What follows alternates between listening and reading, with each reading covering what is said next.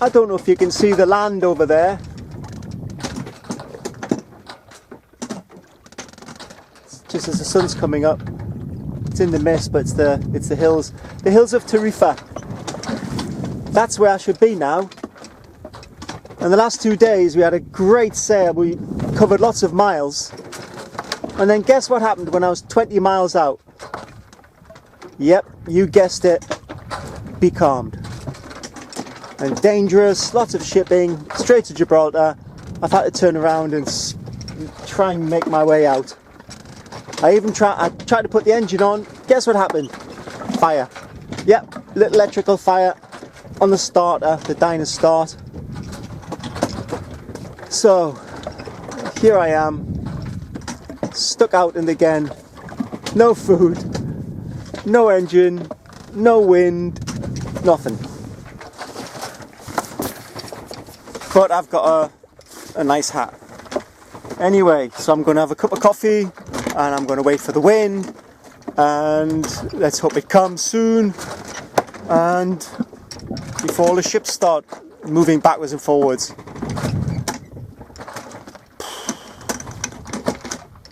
What can I say? What can I say? It happens every time. Every time there's something important. Like St. George's Channel, becalmed.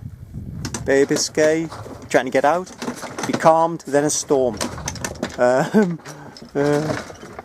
Bayona, becalmed for 3 days. But then the engine started. Here, I don't know. Anyway, no contacting anybody just yet. I hope everybody's okay. And I hope nobody sends out search parties again. This is what happens when the wind gets light. This is what comes along. An absolute monster. A monster of a ship. I've had to change course about 40 degrees. Because he didn't move, of course. But big boys beat the small boys in this world. So I left you and I was becalmed. Waiting to get in through the Straits of Gibraltar. Stayed calm. All that night. And all the next day. And I was weaving backwards and forwards. Trying to keep out of the way of the boats, the big ships. And it was exhausting.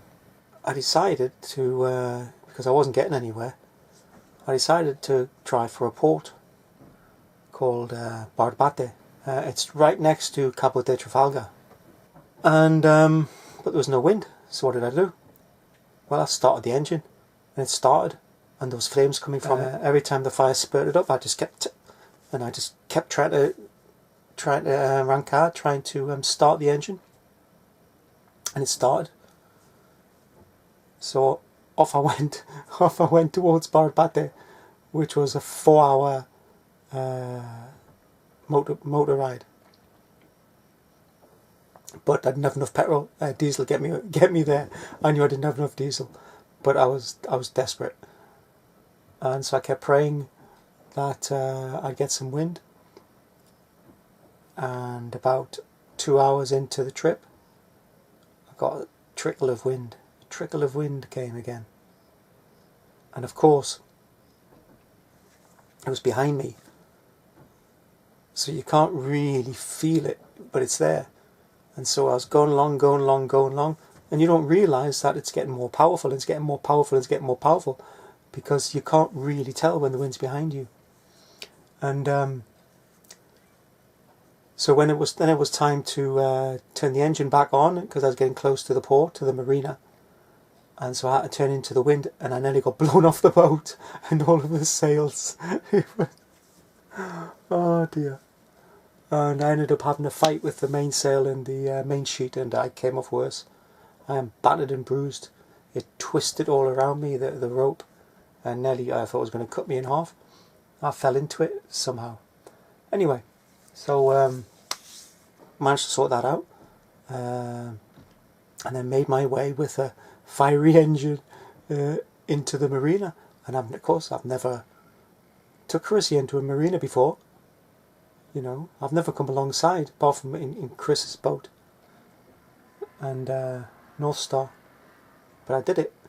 I did it with the help from one of the guys who tied me up. But I did it. I didn't crash. And Barbad is fantastic. And the plan is I'm going to stay here for 2 days, recuperate myself, because I'm a bit bruised and battered, like I've said. And then hopefully the engine will start and get me out of the marina.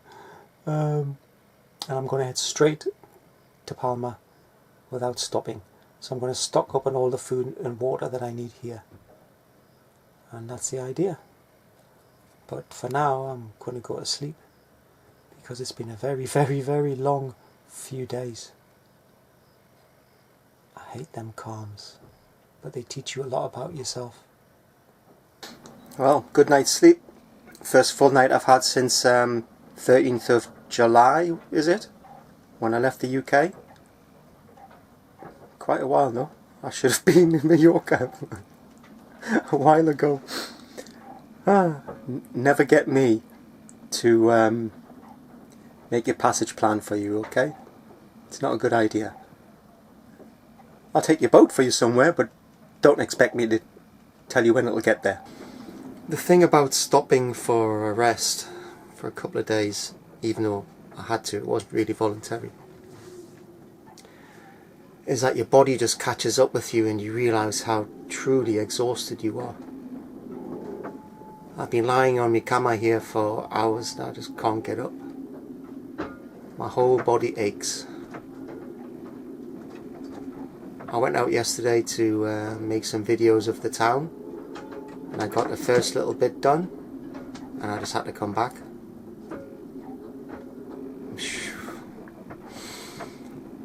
And this morning I had to go and get some fuel for the boat, for Carissa, and it was like a 4-mile walk, and then to carry 20 litres of diesel back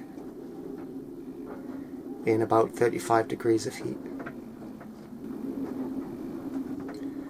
Your body just catches up with you.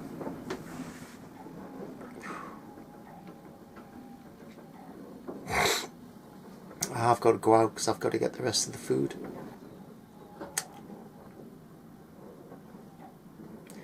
And I couldn't get any paraffin for the cooker, so I've got a little bit, maybe last me a few days, hopefully a week. And then after that I am on cold food, so it'll be cold tins, and I've bought some kind of like that bread stuff which, you know, doesn't go off, dry stuff. That'll be okay.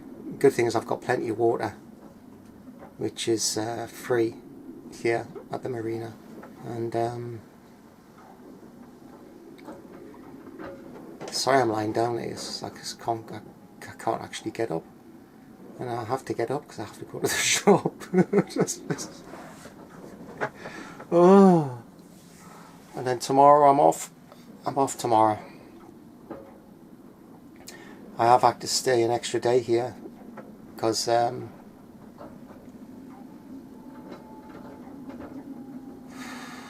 just exhausted.